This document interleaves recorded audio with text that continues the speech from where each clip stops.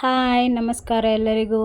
ಇವತ್ತು tasty and ಹೆಲ್ದಿಯಾಗಿರೋ ಹಾಗಲಕಾಯಿ ಗೊಜ್ಜು ಹೇಗೆ ಮಾಡೋದು ಅಂತ ತೋರಿಸ್ಕೊಡ್ತೀನಿ. ಬನ್ನಿ, ನೀವು ಕೂಡ ಟ್ರೈ ಮಾಡಿ. ಕಹಿ ಅಂತೂ ಇರೋದಿಲ್ಲ ಸ್ವಲ್ಪ ಕೂಡ, ಬಟ್ ನಾನು ಹೇಳೋ ರೀತಿಯಲ್ಲಿ ಟ್ರೈ ಮಾಡಿ ಒಂದ್ಸತಿ, ಕಹಿ ಬರೋದಿಲ್ಲ. So welcome to my channel Chaitra creations hub. ಯಾರೆಲ್ಲ ಇನ್ನೂ ಸಬ್ಸ್ಕ್ರೈಬ್ ಮಾಡಿಲ್ಲ ಪ್ಲೀಸ್ ಸಬ್ಸ್ಕ್ರೈಬ್ ಮಾಡ್ಕೊಳ್ಳಿ. ನಾನಿಲ್ಲಿ 2 ಹಾಗಲಕಾಯಿನ ತೊಗೊಂಡಿದ್ದೀನಿ. ಈ ಥರ ಚಿಕ್ಕ ಚಿಕ್ಕದಾಗಿ ಕಟ್ ಮಾಡಿಕೊಂಡು ಇದನ್ನು ಒಂದು ಬೌಲ್ಗೆ ಹಾಕ್ಕೊಳ್ತಾ ಇದ್ದೀನಿ. ಇದಕ್ಕೆ ಸ್ವಲ್ಪ ಅರಿಶಿನ ಮತ್ತು ಸ್ವಲ್ಪ ಉಪ್ಪನ್ನು ಹಾಕಿ ಒಂದು 5ರಿಂದ 10 ನಿಮಿಷ ಹಂಗೆ ಮಿಕ್ಸ್ ಮಾಡಿ ಹಂಗೆ ಬಿಡೋಣ.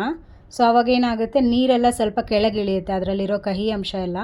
ಸೊ ಅದಾದಮೇಲೆ 10 ನಿಮಿಷ ಆದಮೇಲೆ ಅದನ್ನು ಚೆನ್ನಾಗಿ ಹಿಂಡಿಬಿಟ್ಟು ಒಂದು 2 ಸತಿ ವಾಶ್ ಮಾಡಿದ್ರೆ ಸೊ 90% ಕಹಿ ಬರೋದಿಲ್ಲ. ಈಗ 2 ಹಾಗಲಕಾಯಿಯ ಮೆಜರ್ಮೆಂಟಿಗೆ ನಾನು ಹೇಳ್ತಾ ಇದ್ದೀನಿ. ಸೊ 2 ಹಾಗಲಕಾಯಿಗೆ ನೀವು ಆಲ್ಮೋಸ್ಟ್ ಒಂದು 3ರಿಂದ 4 ಟೊಮೊಟೊ ಆದರೂ ಹಾಕ್ಕೋಬೇಕು. ಆ್ಯಂಡ್ 2ರಿಂದ 3 ಈರುಳ್ಳಿ ಕಟ್ ಮಾಡ್ಕೊಂಡಿಟ್ಟಿದ್ದೀನಿ. ಸೊ ಮೊದಲಿಗೆ ಫ್ರೈಯಿಂಗ್ ಪ್ಯಾನ್ಗೆ ಕಡಲೆಕಾಳನ್ನು ಹಾಕಿಬಿಟ್ಟು ಅದನ್ನು ಹಂಗೆ ಫ್ರೈ ಮಾಡ್ಕೊಬೇಕು. 5ರಿಂದ 10 ನಿಮಿಷ ಸಣ್ಣ ಉರಿಯಲ್ಲೇ ಫ್ರೈ ಮಾಡ್ಕೊಳ್ಳೋಣ.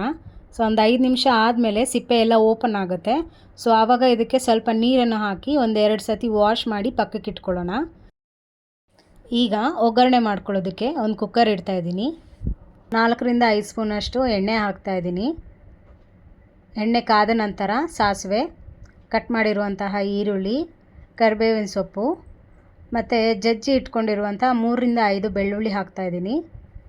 ಅದಾದ ನಂತರ ಟೊಮೆಟೊ ಕೂಡ ಹಾಕ್ತಾಯಿದ್ದೀನಿ, ಕಟ್ ಮಾಡಿ ಇಟ್ಕೊಂಡಿರೋದು. ಟೊಮೆಟೊ ಸ್ವಲ್ಪ ಸಾಫ್ಟ್ ಆಗೋವರೆಗೂ ಫ್ರೈ ಮಾಡ್ಕೊಳ್ಳೋಣ. ನೋಡಿ, ಇದರಲ್ಲಿ ನೀರೆಲ್ಲ ಇಳಿದಿದೆ, ಕಹಿ ಅಂಶ ಎಲ್ಲ ಬಂದಿದೆ, ಯಾಕಂದರೆ ಉಪ್ಪು ಹಾಕಿರ್ತೀವಲ್ಲ, ಉಪ್ಪು ಅರಿಶಿನ. ಸೊ ಇದನ್ನೆಲ್ಲ ಕ್ಲೀನಾಗಿ ಹಿಂಡಿಬಿಟ್ಟು 2 ಸರಿ ವಾಶ್ ಮಾಡಿಕೊಂಡು ಹಾಗಲಕಾಯಿನ ಈಗ ಕುಕ್ಕರ್ಗೆ ಹಾಕ್ತಾಯಿದ್ದೀನಿ. ಸೊ ಇದಕ್ಕೆ ರುಚಿಗೆ ತಕ್ಕಷ್ಟು ಉಪ್ಪನ್ನು ಕೂಡ ಹಾಕಿ ಒಂದು 5ರಿಂದ 10 ನಿಮಿಷ ಹಾಗೆ ಫ್ರೈ ಮಾಡ್ಕೊಳ್ಳೋಣ. ಎಣ್ಣೆಯಲ್ಲೇ ಫ್ರೈ ಆಗಲಿ. ನೋಡಿ ಈ ಥರ. ಇವಾಗ ಇದಕ್ಕೆ ಆವಾಗಲೇ ಫ್ರೈ ಮಾಡಿ ಇಟ್ಕೊಂಡಿದ್ವಲ್ಲ ಕಡಲೆಕಾಳನ್ನು, ಅದನ್ನು ಹಾಕ್ತಾಯಿದ್ದೀನಿ. ಮತ್ತು ಇದಕ್ಕೆ ಸಾಂಬಾರು ಪುಡಿ ಮನೆಯಲ್ಲೇ ಮಾಡಿರುವಂಥದ್ದು 2 ಸ್ಪೂನ್ಸ್ ಹಾಕ್ತಾಯಿದ್ದೀನಿ. ನಿಮಗೆ ಎಕ್ಸ್ಟ್ರಾ ಇನ್ನೂ ಖಾರ ಬೇಕಂದರೆ ನೀವು ಚಿಲ್ಲಿ ಪೌಡರ್ ಕೂಡ ಆ್ಯಡ್ ಮಾಡ್ಕೊಬೋದು. ಆ್ಯಕ್ಚುಲಿ ನಮ್ಮದು ಈ ಸಾಂಬಾರು ಪುಡಿಯಲ್ಲಿ ಈ ಖಾರ ಕೂಡ ಮಿಕ್ಸ್ ಇರೋದ್ರಿಂದ ನಾನಿಲ್ಲಿ ಚಿಲ್ಲಿ ಪೌಡರ್ ಹಾಕ್ತಾಯಿಲ್ಲ. ಸೊ ಇವಾಗ ಹುಣಸೆ ಹಣ್ಣಿನ ರಸ ಕೂಡ ಹಾಕ್ತಾಯಿದ್ದೀನಿ. ನಾನು ನಿಂಬೆ ಹಣ್ಣಿನ ಗಾತ್ರದಷ್ಟು ಹುಣಸೆ ಹಣ್ಣು ತೊಗೊಂಡಿದ್ದೀನಿ.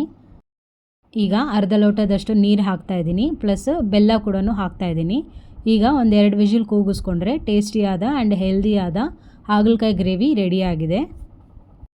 ಚಪಾತಿಗೆ, ಅನ್ನಕ್ಕೆ, ಗೀ ರೈಸ್ಗೆ ಎಲ್ಲದಕ್ಕೂ ತುಂಬ ಚೆನ್ನಾಗಿರುತ್ತೆ. ಆ್ಯಕ್ಚುಲಿ ಮುದ್ದೆ ಕೂಡ ಟ್ರೈ ಮಾಡ್ಬೋದು. ನೀವು ಕೂಡ ಮನೇಲಿ ಟ್ರೈ ಮಾಡಿ ಹೇಗಿದೆ ಅಂತ ಕಮೆಂಟ್ನಲ್ಲಿ ತಿಳಿಸಿ. Thanks for watching.